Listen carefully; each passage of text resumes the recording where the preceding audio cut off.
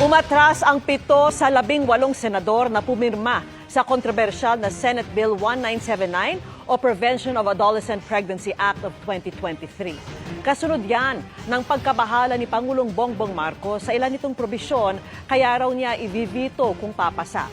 Ang may akda na panukala ay sasagutin daw ang mga agam-agam, sabay diing wala sa panukalang batas ang ilang pinuna ng Pangulo. Nakatutok si Maki Pulido. 7 senador ang biglang bumawi ng kanilang pirma sa committee report sa Senate Bill 1979 o an act providing for a national policy in preventing adolescent pregnancies.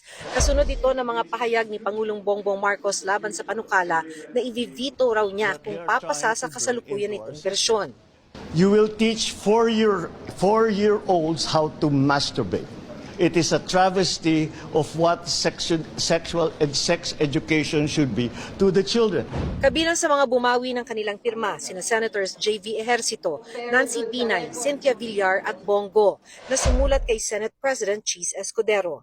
Naniniwala raw sila na mahalagang issue ang adolescent pregnancy, pero kailangan pa ng dagdag na pakikipag-usap sa mga stakeholder. Sumunod sa kanilang umatras sina Senators Bong Revilla, Jinggoy Estrada at Loren Legarda.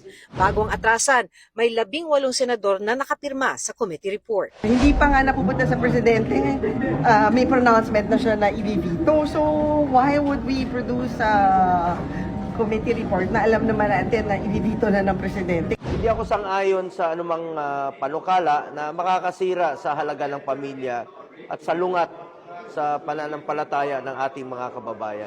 Kinahapunan naghain ng manifestation sa plenaryo si Senator Risa Ontiveros, author ng Senate Bill 1979. Nagulo daw ang usapan dahil sa mga kumalat na maling impormasyon.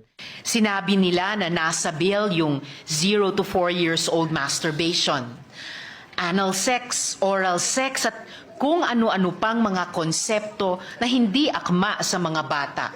Natakot ang sambayanan. Pero uulitin ko, wala naman ang mga ito sa bill.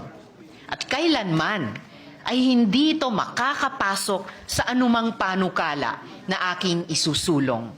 Sa gitna raw nito, maghahain siya ng amendment by substitution para masagot ang mga agam-agam ng ilang senador. Tinanggal na po natin ang phrase na guided by international standards dahil sa mga pangambang inihain ng ilan.